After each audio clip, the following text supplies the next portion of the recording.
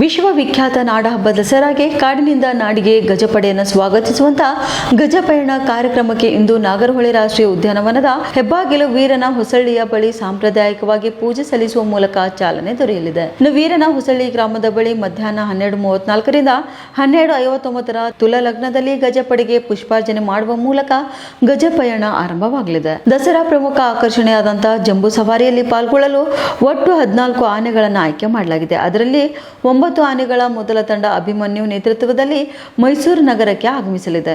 ಇನ್ನು ಗಜಪಡೆಯನ್ನು ಸಾಂಪ್ರದಾಯಿಕವಾಗಿ ಸ್ವಾಗತಿಸುವ ಕಾರ್ಯಕ್ರಮ ಇದಾಗಿದ್ದು, ಕಾರ್ಯಕ್ರಮದಲ್ಲಿ ಅರಣ್ಯ ಸಚಿವ ಈಶ್ವರ್ ಖಂಡ್ರೆ, ಮೈಸೂರು ಜಿಲ್ಲಾ ಉಸ್ತುವಾರಿ ಸಚಿವ ಡಾಕ್ಟರ್ ಎಚ್.ಸಿ. ಮಹದೇವಪ್ಪ, ಸ್ಥಳೀಯ ಶಾಸಕ ಜೆ.ಡಿ. ಹರೀಶ್ ಗೌಡ ಸೇರಿದಂತೆ ಅರಣ್ಯ ಇಲಾಖೆ ಹಿರಿಯ ಅಧಿಕಾರಿಗಳು ಭಾಗವಹಿಸಲಿದ್ದಾರೆ. ಇನ್ನು 14 ಆನೆಗಳ ಆಗಮನವಾಗಲಿದ್ದು, ಈ ಬಾರಿ ದಸರಾ ಮಹೋತ್ಸವದಲ್ಲಿ 4 ಹೆಣ್ಣಾನೆಗಳನ್ನ ಸೇರಿದಂತೆ ಕ್ಯಾಪ್ಟನ್ ಅಭಿಮನ್ಯು ನೇತೃತ್ವದ 14 ಆನೆಗಳು ಪಾಲ್ಗೊಳ್ಳಲಿವೆ. ಅಭಿಮನ್ಯು, ಭೀಮ, ಕಂಚನ್, ಧನಂಜಯ್, ಪ್ರಶಾಂತ್, ಮಹೇಂದ್ರ, ಏಕಲವ್ಯ ಮತ್ತು ಹೆಣ್ಣಾನೆಗಳಾದಂತಹ ಕಾವೇರಿ ಹಾಗೂ ಲಕ್ಷ್ಮಿ ಸೇರಿ 9 ಆನೆಗಳು ಮೊದಲ ಹಂತದಲ್ಲಿ ಮೈಸೂರಿಗೆ ಆಗಮಿಸಲಿವೆ. ಬಳಿಕ 5 ಆನೆಗಳು ಎರಡನೇ ಹಂತದಲ್ಲಿ ಬರಲಿದ್ದು, ಅವುಗಳ ಆಯ್ಕೆ ಇನ್ನೂ ಆಗಿಲ್ಲ. ಅಲ್ಲದೆ ಜಂಬೂ ಸವಾರಿ ಮೆರವಣಿಗೆಯಲ್ಲಿ ಭಾಗವಹಿಸುವಂತಹ ಆನೆಗಳ ಜೊತೆ ಮಾವುತರು, ಕಾವಾಡಿಗಳು, ವಿಶೇಷ ಮಾವುತರು ಹಾಗೂ ಕುಟುಂಬದ ಇತರ ಸದಸ್ಯರು ಸೇರಿ 40 ಕುಟುಂಬಗಳಿಂದ 120 ಜನರು ಆಗಮಿಸುವಂತಹ ಸಾಧ್ಯತೆ ಹೆಚ್ಚಾಗಿದೆ.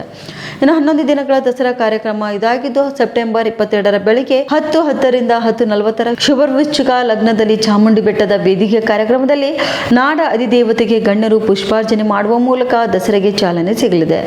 ಈ ಸಲ 11 ದಿನಗಳ ಕಾಲ ದಸರಾ ಕಾರ್ಯಕ್ರಮಗಳು ನಡೆಯುವುದು ವಿಶೇಷವಾಗಿದ್ದು, ಕೊನೆಯ ದಿನ ಅಕ್ಟೋಬರ್ 2ರ ಮಧ್ಯಾಹ್ನ 1:18ರ ಧನುರ್ ಲಗ್ನದಲ್ಲಿ ಅರಮನೆ ಮುಂಭಾಗದ ಕೋಟೆ ಆಂಜನೇಯ ಸ್ವಾಮಿ ಆವರಣದಲ್ಲಿ ಗಣ್ಯರು ನಂದಿ ಪೂಜೆ ನೆರವೇರಿಸುವ ಮೂಲಕ ದಸರಾ ಮೆರವಣಿಗೆಗೆ ಚಾಲನೆ ಸಿಗಲಿದೆ. ಆ ಬಳಿಕ ಮಧ್ಯಾಹ್ನ 4:42ರಿಂದ 5:06 ನಡುವಿನ ಶುಭ ಕುಂಭ ಲಗ್ನದಲ್ಲಿ ಅರಮನೆ ಆವರಣದಲ್ಲಿ ಚಿನ್ನದ ಅಂಬಾರಿಯಲ್ಲಿ ಆಸೀನಳಾದ ನಾಡ ಅಧಿದೇವತೆಗೆ ಪುಷ್ಪಾರ್ಚನೆ ಮಾಡುವುದರೊಂದಿಗೆ ಜಂಬೂ ಸವಾರಿ ಆರಂಭವಾಗುತ್ತೆ. ಇನ್ನು ಗಜಪಡೆಯ ಈ ಮೆರವಣಿಗೆಯು ಸುಮಾರು 5 ಕಿಲೋಮೀಟರ್ಗೂ ಹೆಚ್ಚು ದೂರದ ಬನ್ನಿ ಮಂಟಪದವರೆಗೆ ಸಾಗಲಿದೆ. ಅದೇ ದಿನ ಸಂಜೆ ಬನ್ನಿ ಮಂಟಪದಲ್ಲಿ ಪಂಜಿನ ಕವಾಯತು ಕಾರ್ಯಕ್ರಮದೊಂದಿಗೆ ದಸರಾ ಮಹೋತ್ಸವ ಮುಕ್ತಾಯವಾಗಲಿದೆ.